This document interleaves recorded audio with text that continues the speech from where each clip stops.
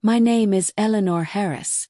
I'm 76 years old, and I've spent the better part of my life sacrificing everything for my daughter Denise. Her father passed away when she was just 3, and from that moment on I lived for her.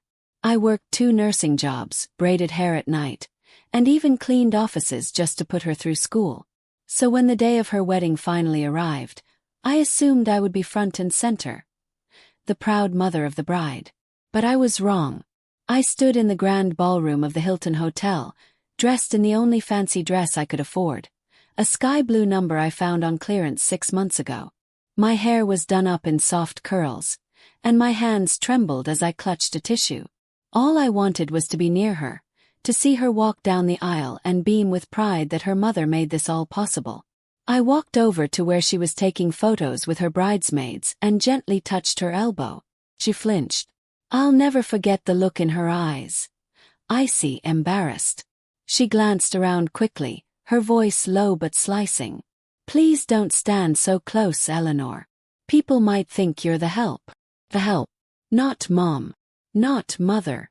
Not even mama, which is what she used to call me when she was little and scared of thunderstorms. Just Eleanor. Like I was some outsider who wandered in off the street. My heart cracked open, but I held it together. I blinked hard and nodded, stepping back quietly. But it wasn't over.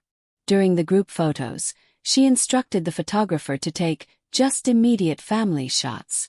I was right there, standing next to her fiancé's parents, when she turned to me and said, "You can wait over there. We'll call you for the guest shots later." Guest shots. I opened my mouth, but no sound came out.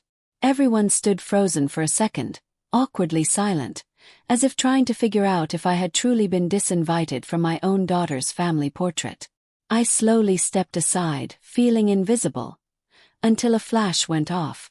The photographer had taken a candid shot, not of the wedding party, but of me standing alone, tears starting to streak down my cheeks. But that wasn't just any photo. The photographer's camera was streaming live to his laptop for immediate edits. And that screen. It was mirrored to the giant LED display at the corner of the ballroom, meant to show a rotating gallery of the bride's best moments.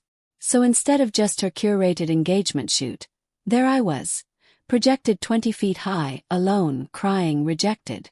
And someone in the crowd gasped. That was when it all changed. That moment, caught on film on full display, with a mother's heartbreak bigger than the bride's smile, became the undoing of every lie Denise tried to build. But how did we get here? Let me take you back. I didn't always live in silence. I wasn't always invisible. And Denise. She didn't always treat me like a dirty little secret. Once I was her entire world. Once she clung to my skirt like a shadow and whispered, "I want to be just like you, Mommy." But that was before college, before her new friends, before the money she chased changed her. Before she decided that I was too ordinary to be seen beside her in a world she thought she belonged in. It started with little things. She stopped inviting me to school events. She'd ask me to stay in the car during her graduations, saying there weren't enough tickets. First I believed her. I thought maybe it was an honest mistake. But when I saw her college pictures on Facebook, arms around professors and roommates, no sign of me, I knew something had shifted. And then came the first lie. She told her fiancé that I had passed away when she was young. She told them I was dead. How did I find out? Sympathy card. Mailed to my house. From his aunt. Wishing me peace in heaven. I didn't confront her. Not immediately.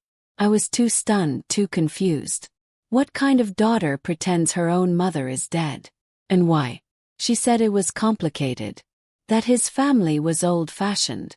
That they wouldn't understand where she came from. Where she came from. I raised her in a tiny 2-bedroom rental above a laundromat, yes. But she never lacked food. She never missed school.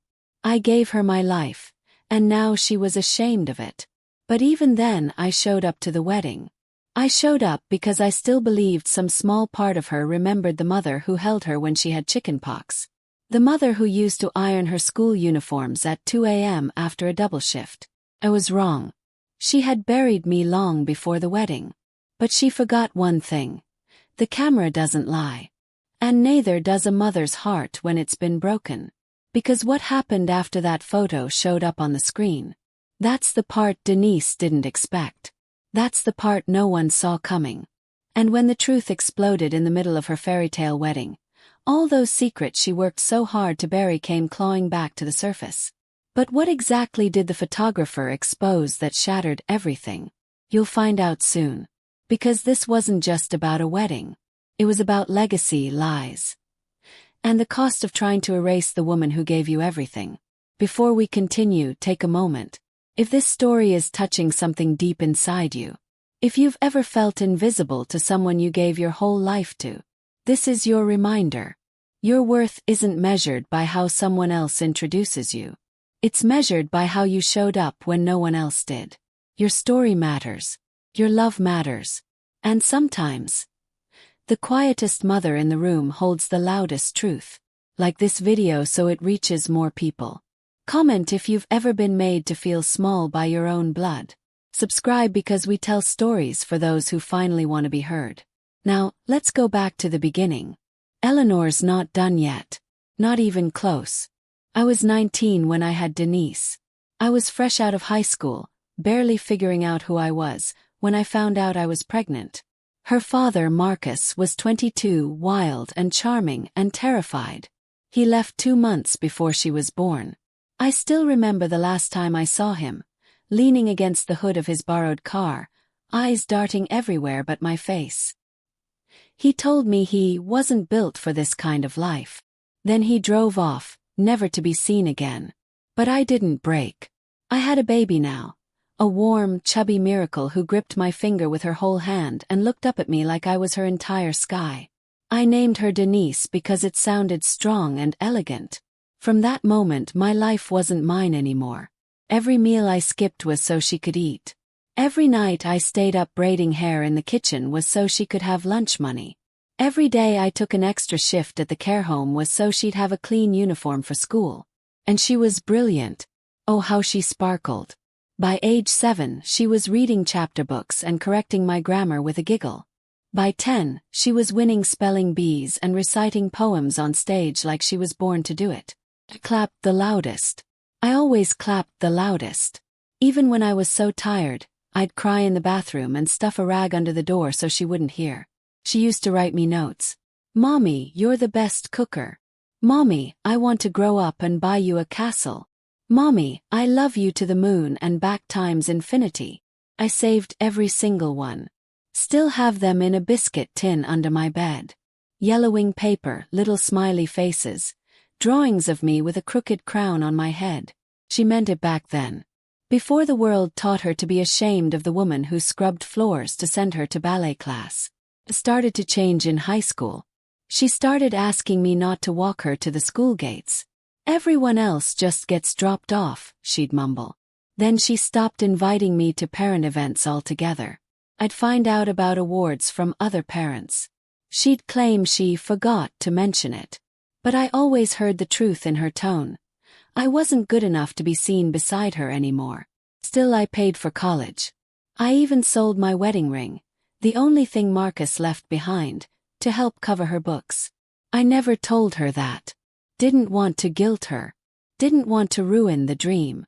She graduated with honors. I watched from the back of the auditorium. She didn't wave. She didn't look for me. But I clapped, alone in the shadows, tears in my eyes. I whispered, "That's my girl." Then came the job. Then the city apartment. Then a new boyfriend named Carter. Tall, fair-skinned doctor's son. Well-spoken, polite, came from old money. That's when she started lying. The first time she brought him home, she made me promise not to say too much. "Just be quiet, Mom, please. Don't tell him stories about our neighborhood. Don't mention my childhood. It's complicated." Complicated. That's what I'd become to her. Not a mother. Not a hero. Just an inconvenience she had to explain away. I didn't argue. I baked the pie she liked. I wore my best dress. I even tried to stay out of the way so she wouldn't feel uncomfortable. But the boy barely looked me in the eye. And when Denise introduced me, it was with a tight smile and no warmth. Eleanor, this is Carter. Eleanor. Not my mother. Not Mom. Just Eleanor. Like I was her landlady. I still held on though. I thought maybe it was a phase. Maybe she was just figuring herself out. But then I overheard her. On the phone with Carter's mother. She passed when I was little. I was raised by a family friend. Kind of like a distant aunt. A distant aunt. That was the moment something inside me died. I almost confronted her that night. I stood outside her door, trembling, listening to her laugh with him inside. But I didn't knock. I walked away. My heart didn't know how to fight someone it had loved so hard for so long. Then the wedding announcement came. Formal letter. No phone call. No hug. Just a printed card. Denise Marie Harris and Carter Raymond Fielding request the honor of your presence. No mention of daughter of Eleanor Harris. No acknowledgement. Called her. You're getting married. A pause. Oh yeah.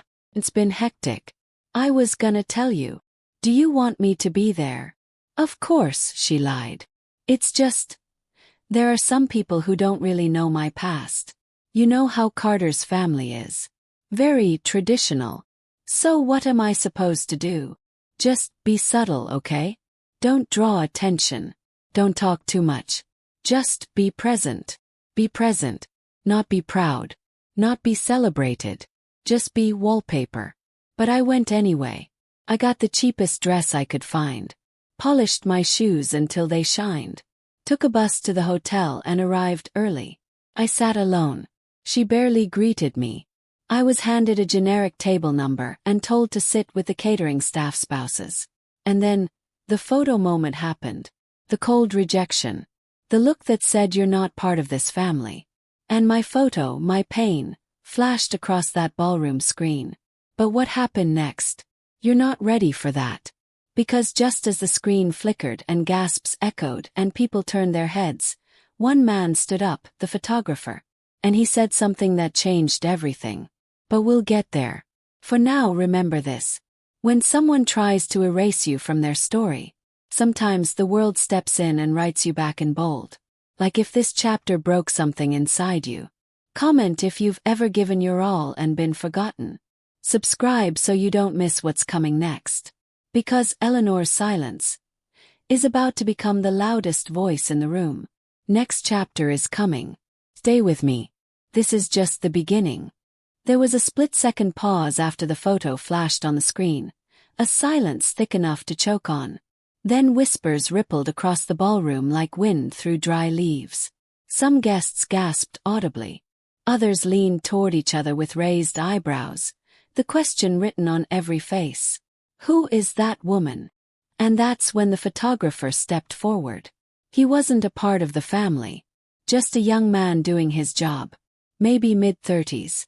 Tall, dark-skinned, wearing a modest suit and a camera strap across his chest like a soldier ready for battle.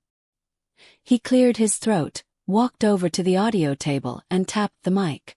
"Sorry to interrupt," he said, his voice steady but laced with emotion.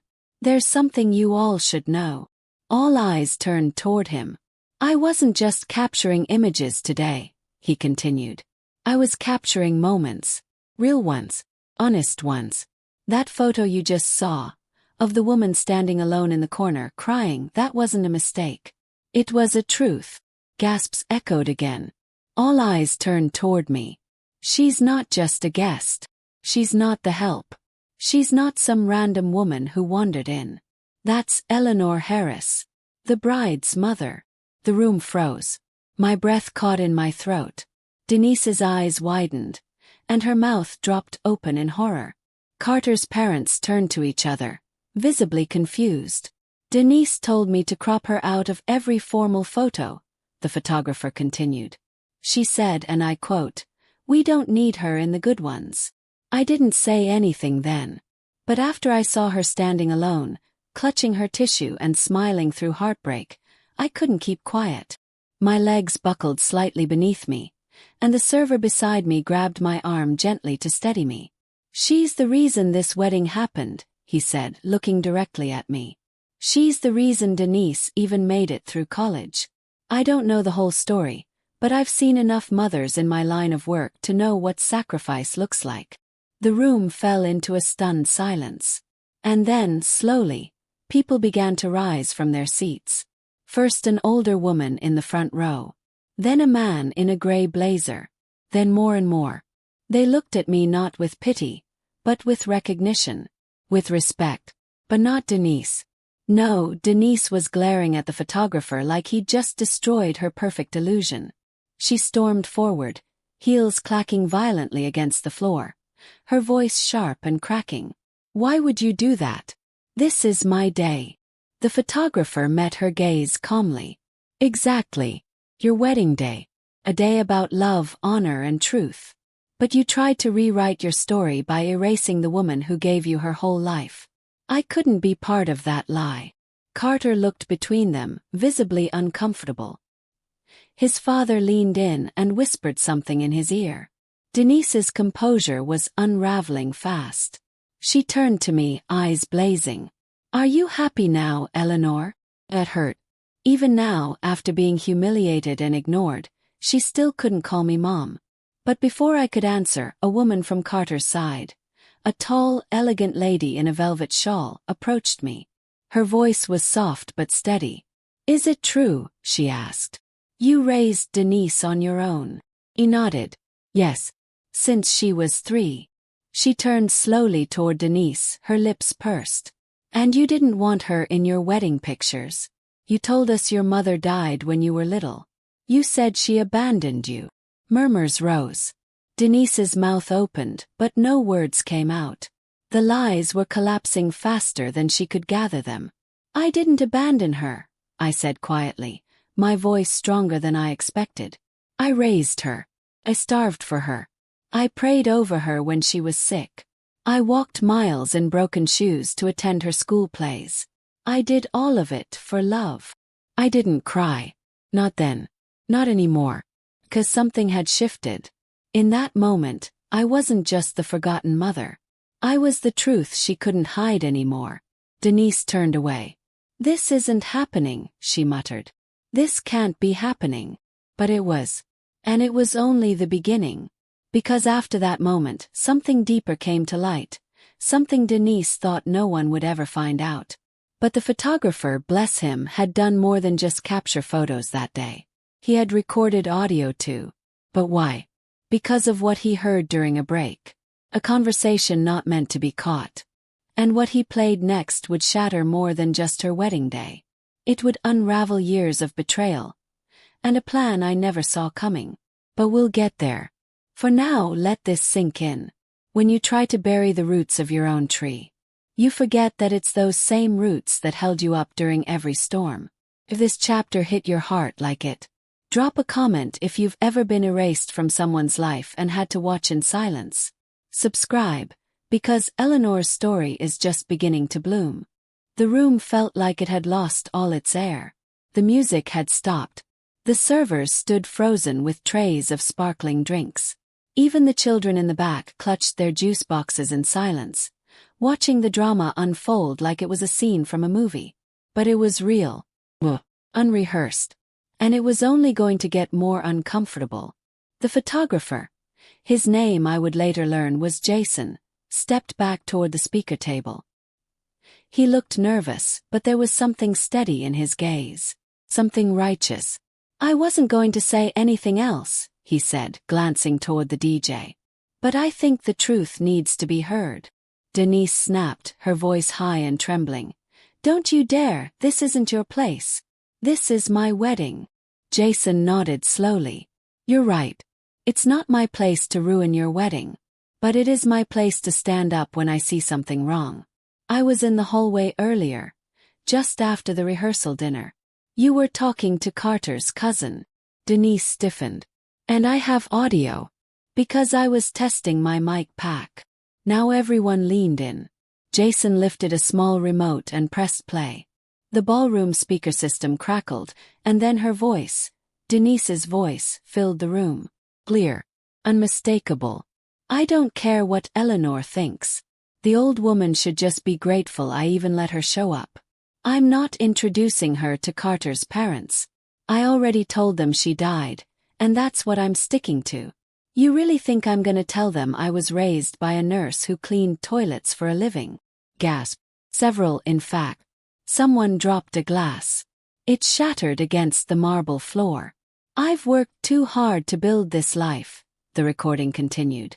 I'm not letting her take it down with her sad stories and embarrassing clothes. She's just a chapter I've closed. Jason stopped the audio. The silence that followed was heavy and hollow, like a heart stopped beating in the middle of a love song. Carter's face was pale. His mother, the elegant woman from earlier, stepped backward like she'd just been slapped. Then she turned sharply toward Denise. You lied to us. I didn't mean, Denise stammered, her face flushed with panic. It was just a figure of speech. I didn't mean it like that. Her lies crumbled like dry leaves underfoot. Carter stepped forward slowly. Denise, is that really how you feel about your mother? She's not she stopped herself. I mean, she is, but... Carter, you don't understand. You know how your parents are. They would have judged me. His voice was quiet, but devastating.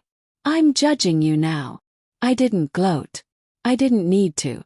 I just stood there, quiet, still, feeling the strange warmth of truth finally rising around me after all the years of silence. I didn't want this to happen today, Jason said, his voice softer now. But when I saw her face, when I saw how hard she was trying to just exist in this moment, I realized this wedding was built on sand. And I couldn't pretend I didn't see it. Denise turned on me, her expression wild with fury. Are you proud of yourself now? You couldn't just stay out of it, could you? And for the first time in decades, I raised my chin, straightened my shoulders, and answered her not as Eleanor the invisible woman, not as the help, not as a shadow in the corner, but as her mother. No, Denise.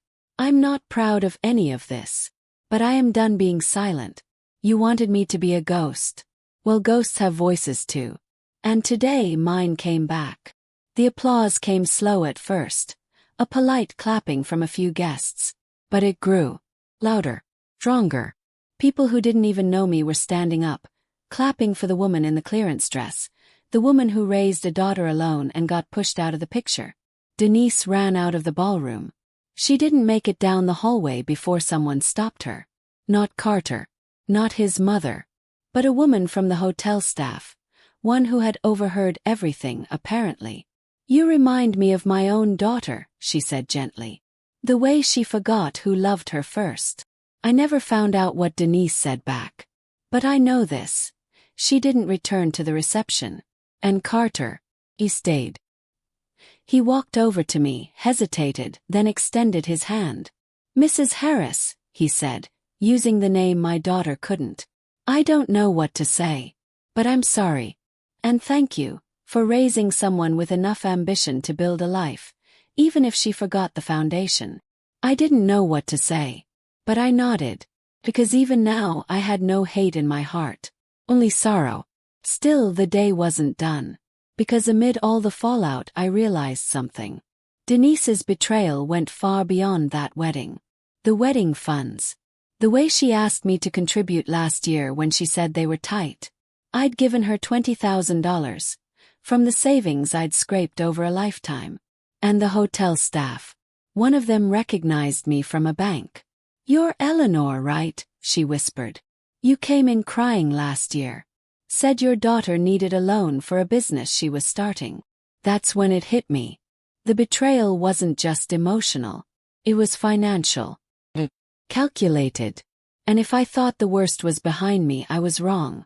Because when I got home that night, I found an envelope slipped under my apartment door. And inside it, a letter from Denise's lawyer. Notice, signature, and a clause I never expected. She had taken out a loan in my name, forged my signature, and now they were coming for everything. Like if this chapter cracks something open inside you. Comment if you've ever realized the betrayal ran deeper than you thought. Subscribe because Eleanor's fight is far from over, and the next chapter will expose everything. Next chapter is the turning point. You won't believe what she does next. The envelope trembled in my hands.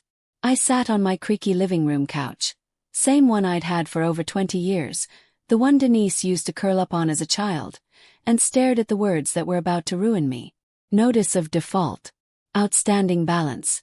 $38,472.19. Final payment due within 30 days to avoid foreclosure. And there, clear as daylight, was my signature. Only I hadn't signed anything. My heart pounded like a war drum. I flipped through the documents, trying to make sense of the betrayal. Forged loan. Using my name, my credit, my house as collateral. Denise had done this. She had taken what little security I had left and gambled it away like I was just a backup plan. I felt the walls closing in. Not even 24 hours had passed since she humiliated me at her wedding, and now I was being punished for loving her too much, too blindly, for too long. But this time I wouldn't cry. I folded the documents slowly, pressed them flat, and slid them back into the envelope. I wasn't going to be a victim anymore. I was going to be a mother on a mission. First, I called my friend Shirley. We met 30 years ago at the nursing home where we used to work the night shift. Shirley was sharp, no nonsense, and had a brother who was a lawyer. I told her everything about the wedding, the forged loan, the humiliation. She came over within the hour. "What you need is proof," she said. "A forged signature won't hold up if you can prove it wasn't you." "But how?" I asked. She had my name, my address. She probably had my old ID somewhere. "We start at the bank," Shirley said. "Tomorrow morning." I barely slept that night. Memories kept flooding in, holding baby Denise on my chest as she slept, hearing her whisper, "I love you the most," baking her favorite chocolate cake for every birthday until she left home. I'd given her everything. I never expected a parade. But I never expected war either. The next morning, Shirley and I walked into First Federal Bank downtown. I asked to speak to the loan officer listed in the notice. A woman named Melissa came out. Tall, blonde, with eyes that immediately narrowed when I said my name. "You're Eleanor Harris." "Yes," I said. Her brows knit. "You look older than the woman who signed this paperwork." I felt my stomach drop. "She wasn't me," I said. Melissa's face turned pink. Ma'am, are you saying someone impersonated you?" "I'm saying my own daughter forged my signature and used my name." She blinked. "We actually had our suspicions. The ID looked real, but there was no credit check, no paperwork from the homeowner file. It was rushed." Shirley leaned in. "You better believe it was." Melissa excused herself and returned minutes later with the file. When I opened it, my hands shook. There it was. Denise's handwriting. Denise's tone. Even the emergency contact was her own number, not mine. I turned to Melissa. "Can we file a report?" "We'll need to escalate this," she said. "It's considered bank fraud. If the police get involved, there could be charges." I swallowed hard. Was I really ready to do this? To press charges against my own daughter? Shirley placed her hand on mine. "She already made her choice, Eleanor. Now it's time to make yours." That night, I sat in my quiet house and stared at the biscuit tin full of Denise's childhood notes. "You're my hero," one read. "You're my everything," said another. And yet here I was, an afterthought. A stepping stone she trampled to reach her dream. So I made the call. To a lawyer. To the police. To the bank fraud department. I told them everything. The betrayal. The signature. The wedding. The lies. And I filed the paperwork. But as I did, something strange happened. Package arrived at my doorstep. No return address. Just a small cardboard box, sealed tightly. Inside. Photo album. A worn red leather one. The kind I hadn't seen in years. And when I opened it, I nearly collapsed. It was my album. The one I thought I lost during a move. Had baby pictures of Denise. Me holding her at the zoo. Me pushing her on the swing. Her kindergarten graduation. Taped to the final page was a note. "I found this when I cleaned out your garage." I was going to throw it away. But I couldn't. I don't know why I'm sending this now. Maybe guilt. Maybe something worse. But you should have it. No name. No signature. But it didn't need one. It was her. Even now, she couldn't apologize. But something in her still remembered. I clutched that album like a lifeline. But I didn't let it sway me. This wasn't just about broken hearts anymore. This was about justice. Because a few days later the police called me. They had surveillance footage from the bank. And what they saw would break this story wide open. Denise wasn't alone when she forged the loan. Someone else was with her. Someone I never imagined would betray me too. And when I saw the video, my knees gave out completely. Because it was Carter. Like this chapter if you've ever had to choose truth over blood. Comment if you've ever discovered betrayal where you least expected it. Subscribe because what Eleanor does next will shock you. And next chapter will change everything. I must have replayed that surveillance footage 100 times. There was no mistaking it. Denise walked into the bank first, her designer purse tucked tightly under her arm, sunglasses shielding her eyes like a celebrity hiding from guilt. And right behind her, holding the door like the gentleman he always pretended to be, was Carter. I stared at his face. Oh, collected, smiling. Not once did he glance around nervously. Not once did he flinch. He walked in beside her like they'd done it 100 times before. As if this crime was just another item on their wedding checklist. I dropped the phone. Shirley rushed in from the kitchen, where she'd been fixing tea. What is it? I couldn't speak. I just pointed at the frozen screen on my laptop, my finger trembling. She squinted then gasped. That's Carter. That's Denise's husband. He nodded. They did this together, Shirley. They planned it. The betrayal was now layered, like a rotten cake. First, Denise denied me as her mother. Then she stole my name. And now I knew her new husband had helped her pull it off. How long had they been scheming behind my back? Had the whole wedding been a distraction? Just to buy time. I sat in silence for hours, the betrayal swimming in my veins like venom. But eventually I stood. Not weak. Not defeated. Oh. This time I stood with resolve. I had evidence. I had bank confirmation. I had police reports. And now I had video proof of both of them walking into the bank together. Documents in hand. So I called the police detective in charge of my case. He arrived the next morning, bringing a second officer and a file folder thick with transcripts, statements and forms. Mrs. Harris, he said respectfully, we believe you were the victim of fraud and identity theft. And we believe your daughter and her husband orchestrated it. He placed a document on my table, a warrant request. They'll be served within the week. Felt surreal, like something out of a movie. But it was real. My daughter and her new husband were about to be arrested for stealing from the woman who gave them everything. But that wasn't the only call I received that day. Later in the afternoon, as the sun set behind my curtains, my phone rang. It was a number I didn't recognize. I answered cautiously. Hello. Was. Then a breath. Mom. Froze. It was her. Denise. Her voice was small. Nothing like the cold woman from the wedding. I got a call from someone at the bank. They said, you pressed charges. My throat tightened. I did. Why? The question hit me like a slap. Why? Denise, you stole from me. You forged my signature. You lied to me for years. And you ask why? She started to cry. I didn't mean to. Carter said it was just a temporary loan. That we'd pay it back. That it wouldn't affect you. I didn't think it would go this far. Oh, so it was fine to lie to me as long as I never found out. Was that the plan? Mom, please. Don't do this. You already did this, I said quietly. Silence stretched between us. Then she whispered something I'll never forget. I don't know how to fix this. Closed my eyes. You can't. Not this time. Hung up. I wept, but not because I was weak.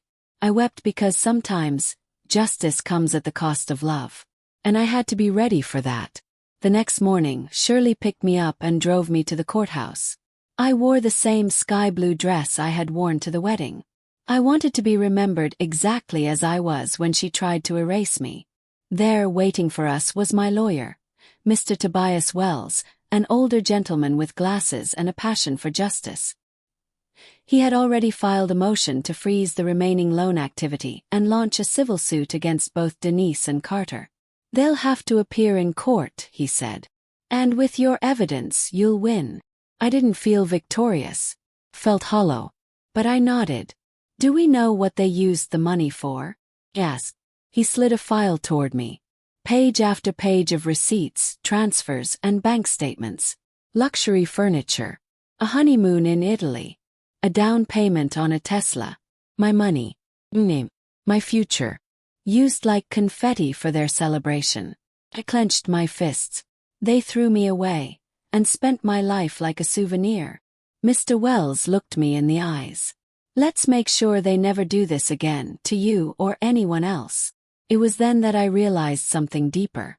This wasn't just about me. It was about every parent who raised a child alone, poured everything into them, and was paid back in silence, in shame, in lies. So I agreed to speak out. A journalist from the local paper had heard about the incident at the wedding. He called it the mother of the bride scandal. I gave him my story. I didn't sugarcoat it. I told him how I raised her, how I starved for her, how I sewed her dresses by hand and watched her build a life I thought we'd share, only to be erased from the story she told others. And by the next Sunday, my story was everywhere. Mother of bride exposes daughter's fraud after public wedding snub. My phone rang nonstop. Other mothers called. Strangers sent letters. One woman even drove 4 hours just to hug me on my porch. "You spoke for all of us," she whispered, her eyes wet. "All of us who loved too quietly." But Denise, she was quiet. Until the day of her court summons. I was there, sitting in the second row. And when she walked in wearing a gray suit, her eyes swollen, she finally looked at me. Really looked at me, for the first time in years. But what she said would shake the courtroom. Because Denise didn't plead not guilty. She didn't deny it. She stood, hands shaking, and said, "I take full responsibility. And I have something I want to say to my mother. In front of everyone." Backhand index pointing right, like if this chapter made you sit in silence afterward. Speech balloon comment if you've ever had to walk away from someone you once called family. Bell subscribe. Because what Denise says next in the next chapter will be her undoing. Or her redemption. Stay tuned. Eleanor's reckoning is far from over. The courtroom was silent. Not the kind of silence that comes from people being polite, but the heavy kind. The kind that wraps around your chest and makes your breath slow. Every person in that room, judge, clerk, bailiff, even strangers seated along the gallery, leaned in as Denise stood behind the defendant's table, hands trembling. She turned toward me. Her voice broke the stillness, barely above a whisper. "Mom." I felt Shirley's hand tighten gently around mine. Denise cleared her throat, swallowing back emotion. But the guilt in her eyes was unmistakable. She looked like a woman unraveling from the inside out. "I know I don't deserve to call you that. Not after what I've done. But I need to say this. Out loud." The judge, a silver-haired woman with a sharp gaze, nodded for her to continue. Denise took a shaky breath. "I lied. I lied to my husband's family. I lied to the bank. And worst of all, I lied to the woman who raised me, who sacrificed everything for me. I pretended she didn't exist. I erased her from my story because I was ashamed." She paused, voice cracking. "I wasn't ashamed of her. I was ashamed of where I came from. I thought if I could hide the struggles, if I could present myself as someone who never needed help, I'd be seen as more worthy, more impressive." She looked at the floor for a moment. But I forgot that everything good about me, my drive, my resilience, my ambition, it came from her. From you, Mom. I felt my heart seize in my chest. The courtroom was still, but the emotion was building like a tidal wave behind every pair of eyes. Denise looked back up at me. "You didn't deserve to be treated like trash. You didn't deserve to be left out of my life. You should have been honored at my wedding. Lifted up. Cherished. Instead, I humiliated you. And when that wasn't enough, I stole from you." Her voice cracked again, and she gripped the edge of the podium like it was the only thing keeping her upright. "I don't expect forgiveness. I don't even expect kindness. But I needed the world to hear me say that I was wrong. And whatever the court decides, whatever you decide, I'll accept it." She stepped back. A ripple of stunned emotion passed through the gallery. The judge exhaled slowly and turned to me. "Mrs. Harris, would you like to respond?" I stood. Every eye shifted to me. For a moment, I felt 20 years old again, standing in a hospital delivery room, holding Denise's newborn body and promising I would always protect her. But things change. I looked at her, and for the first time I didn't see my little girl. I saw a woman. Flawed. Broken. Cracked wide open by consequences. And I realized something. I couldn't carry her anymore. "My name is Eleanor Harris," I said firmly, my voice clearer than I expected. "I raised Denise alone. I fed her when I was hungry. I worked 3 jobs to get her through school. And I never asked for anything in return. Not money, not recognition, not praise. Just love. Just truth." I let that sit for a second. But instead I was erased. Rewritten out of her life like a dirty footnote. The courtroom stayed quiet, reverent.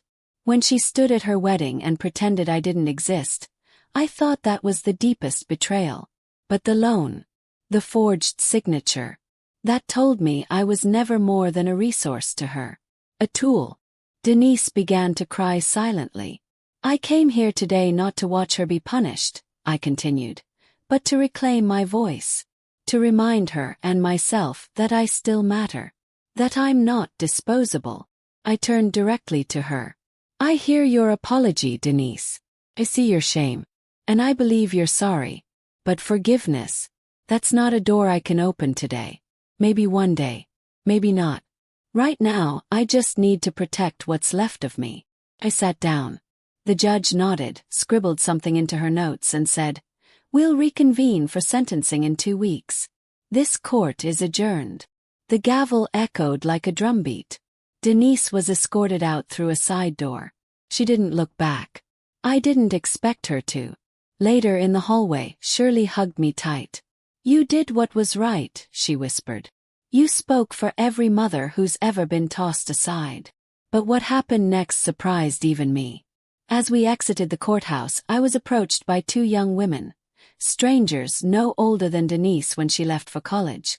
"Mrs. Harris," one of them said, "we saw your story online. We watched the courtroom live feed." I blinked. "You watched?" "Yes," the other girl said, her eyes glistening. "We were both raised by single mothers. And today, you gave them a voice. You gave us a voice." They hugged me like I was a hero. And right there, in the middle of the courthouse steps, I realized something bigger than my pain. My story wasn't just mine anymore. It belonged to every woman who gave everything and was told it wasn't enough. Every mother who was hidden, rewritten, or erased.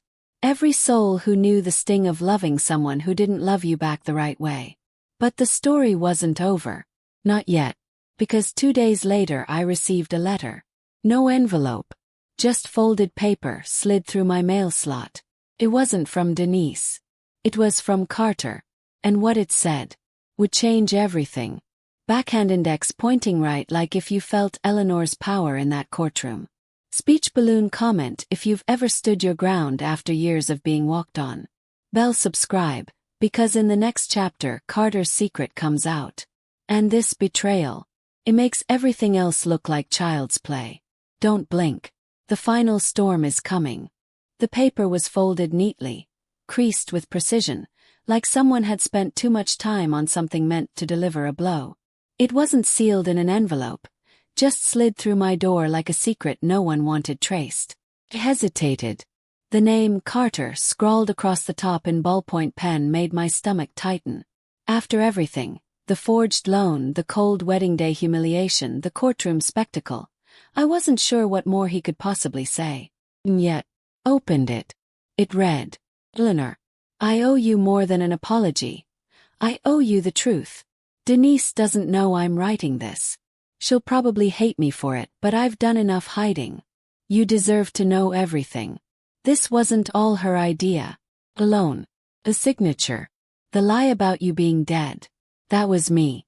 Yes, she went along with it. But I was the one who made her believe it was necessary. I pushed her. I convinced her no one would find out. I told her your name would never matter. I manipulated her because I saw something in you. Strength, fire, something I didn't understand, and I needed to control it. I thought if I erased you, I could shape her into someone more manageable. I wanted the image of success, not the woman who made it possible. But you've always been the root of her strength. I see that now. And I know I may be on my way to jail. But if nothing else, I wanted you to hear it from me. You were never the problem, Eleanor. You were the foundation. Carter. I read the letter 3 times. The audacity of it, wrapped in guilt, dripping in false humility, made my blood boil. He hadn't written to make peace. He wrote to unburden himself, to finally confess the truth only after the courtroom walls started closing in. And now it all made sense. The way Denise changed after meeting him, the sudden distance, the obsession with image, the shrinking of her spirit. He didn't just marry her, he reshaped her. He pulled her strings like a puppet master until she became ashamed of the very woman who birthed her. It wasn't just emotional abuse. It was financial, psychological, a slow-burning manipulation that broke the bond between us. But it didn't end there. Because tucked inside Carter's letter was a bank receipt. Deposit, $10,000, to an account in my name. I rushed to the bank the next morning. The teller confirmed it. The money was real. A hush payment. A guilt offering. A prelude to court. Whatever it wasn't enough. But it sparked something inside me. I met with Mr. Wells, my lawyer, that afternoon. We reviewed Carter's letter and the deposit. Legally, it was an admission. It tied him directly to the fraud, the identity theft, the deception. Mr. Wells smiled grimly. This letter just handed us the win, Eleanor. He'll be convicted. Denise might still get probation if she cooperates, but Carter, he's going down. I wanted to feel triumphant. Instead, I felt tired. Not defeated. Just tired of carrying wounds no one could see. Tired of decades of silent giving. Tired of watching the people I loved hurt me and walk away without ever looking back. But there was one thing I hadn't done yet. And I had to. I visited Denise. She was out on bail, staying at a friend's condo downtown. When she opened the door, her face told me she'd already read Carter's letter. Her eyes were bloodshot. Her hair, usually perfect, hung loose around her face. She didn't speak, so I did. I read his letter, I said. He manipulated you. But I need to ask you one thing. She looked up slowly. When did you stop seeing me as your mother? She flinched. Tears rose instantly. I didn't, she whispered. I thought loving you openly would hold me back. I thought success meant separation. Carter said people wouldn't respect me if they saw where I came from. And you believed him. She nodded, broken.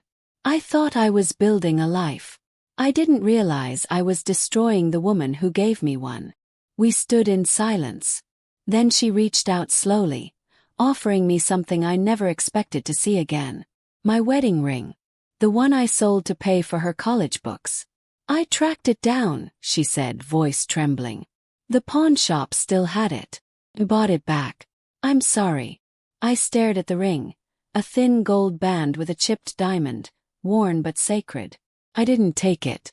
Not yet. I'll take it, I said softly, when you've earned the right to give it. She sobbed quietly. Left. Not because I hated her.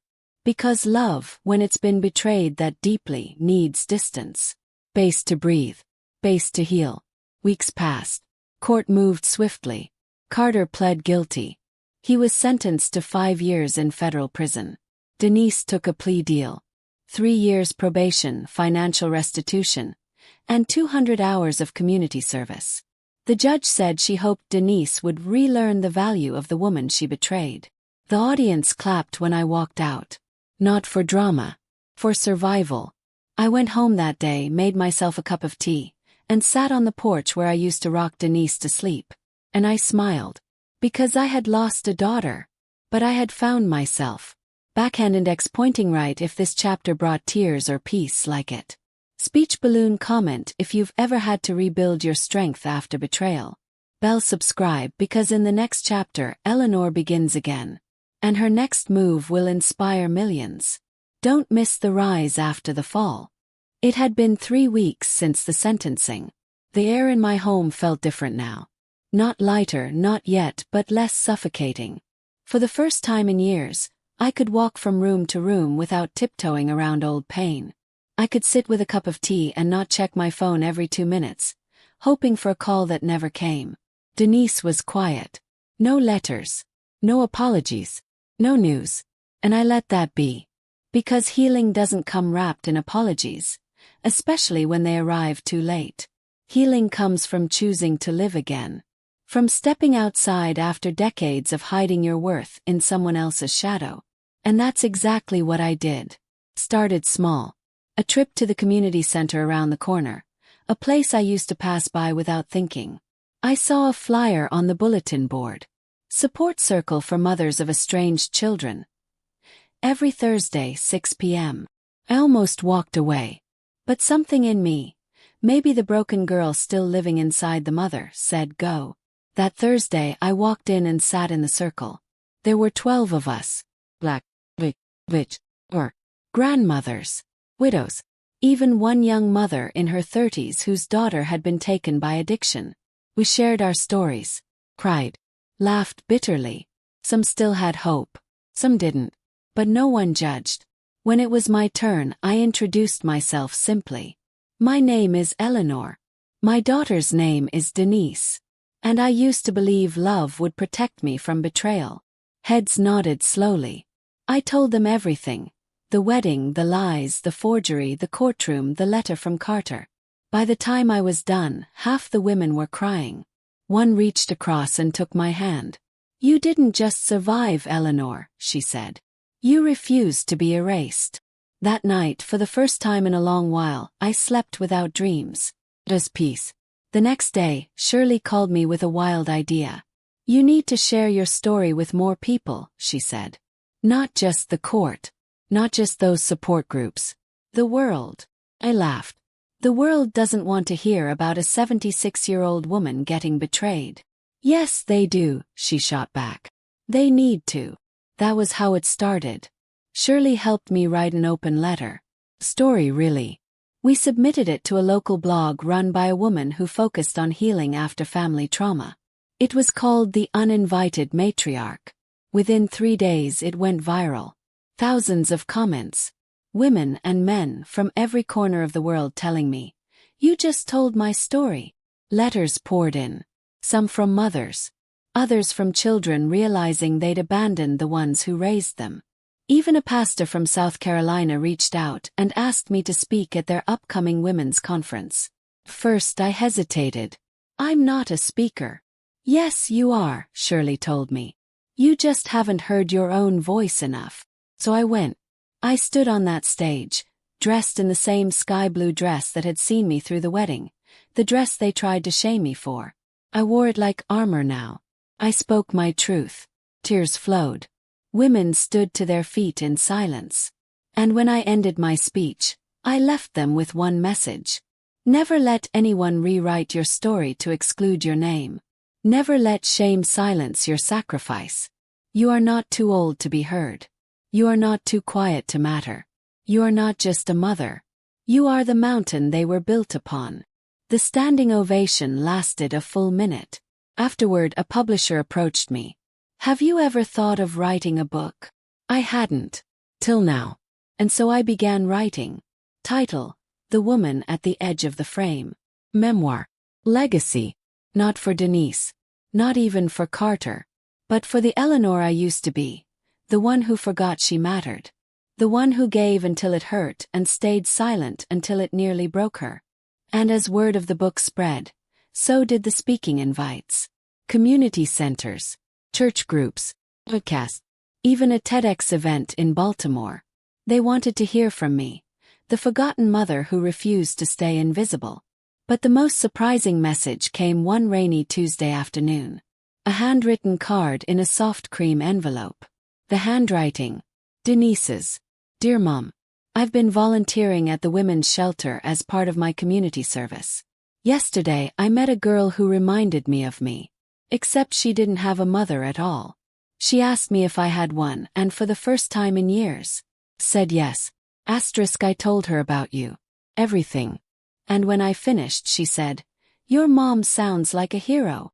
It broke something in me. I know I don't deserve to sit beside you, but I want to find my way back, even if it takes the rest of my life. Love, Denise. I placed the letter in my biscuit tin, alongside the old childhood notes she used to write. I didn't cry. I just whispered to myself, maybe one day. 'Cause now I had something new. My voice, my purpose, my power. And a future where I wrote the story, not them. Backhand index pointing right, like if this chapter gave you chills. Speech balloon comment if you've ever found healing through your own voice. Bell subscribe, because in the next chapter, Eleanor takes her final stand. And her ending will be one of triumph, grace, and quiet thunder. Don't miss the closing chapter of a woman who refused to stay erased. I stood at the podium, staring at a crowd of over 200 women. Some grandmothers, some young single mothers, some professionals who had fought their own silent battles, all of them watching me like they were holding their breath. We were at a women's empowerment conference in Chicago. I had been invited as the keynote speaker. Me, Eleanor Harris, once the invisible mother in the back of a wedding ballroom. Now the woman everyone came to hear. I cleared my throat and began. I used to believe my greatest gift to the world was raising my daughter. I poured everything into her. Time, sacrifice, prayers whispered on bathroom floors when I had nothing left but faith. I thought if I gave her the best of me, she'd never let go of it. Pause. And then she did. A few heads bowed in silent recognition. Others nodded, lips trembling. I took a deep breath. She erased me. Publicly. Cruelly. But I learned something in that moment.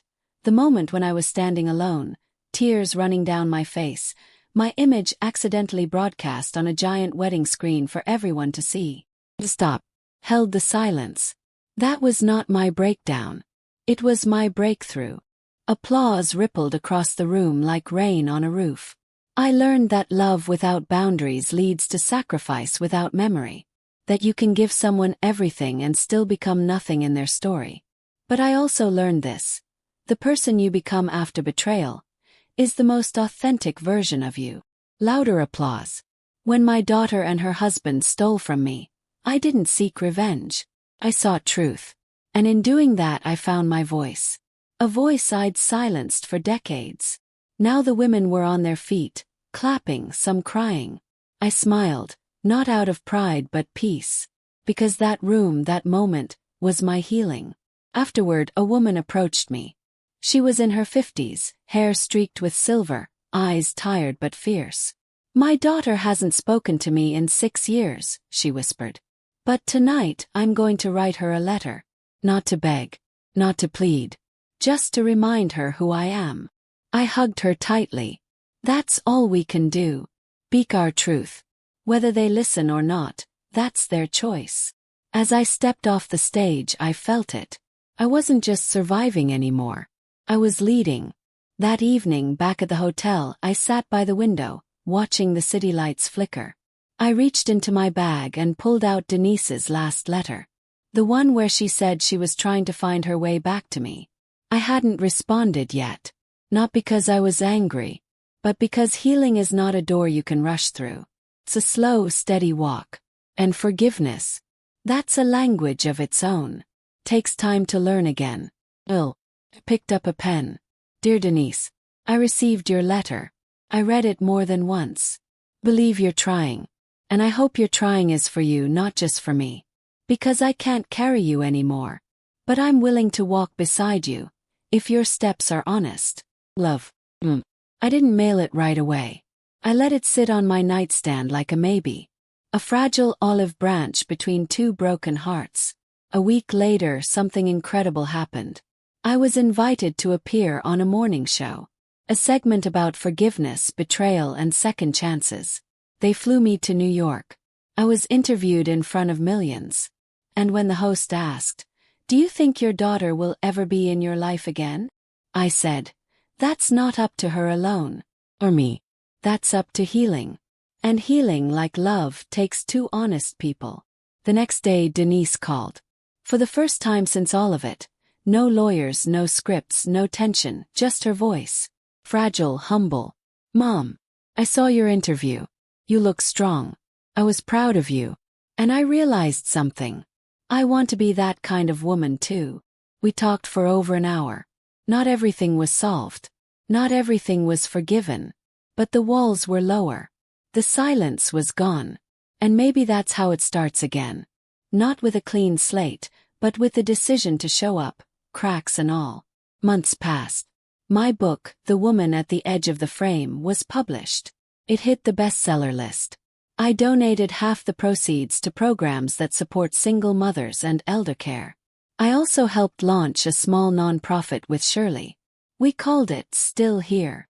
A place for women over 50 to reclaim their stories. We held circles. We wrote letters. We sang songs of survival. And one afternoon, sitting under the shade of an old maple tree at our community center, a little girl ran up to me, curly-haired, bright-eyed. "Are you the lady from the book?" she asked. Smiled. "Yes, baby. I am." She looked up at me wide-eyed. "My grandma says you're like fire. Soft but strong." And just like that I knew. I had never been erased. I had simply been waiting to be read again. So if you're listening now, if you're holding pain in your chest and wondering if your story still matters, hear me. You're not too old. You're not too late. And you are not just the woman in the background. You are the whole picture. You are still here. And you are the truth they cannot silence. Back and index pointing right if this final chapter touched your soul like this video. Speech balloon comment if Eleanor's journey mirrors your own, or someone you love. Bell subscribe for more stories that remind the world. We were never just supporting characters. Thank you for walking with me. Eleanor's story ends here. But yours is just beginning.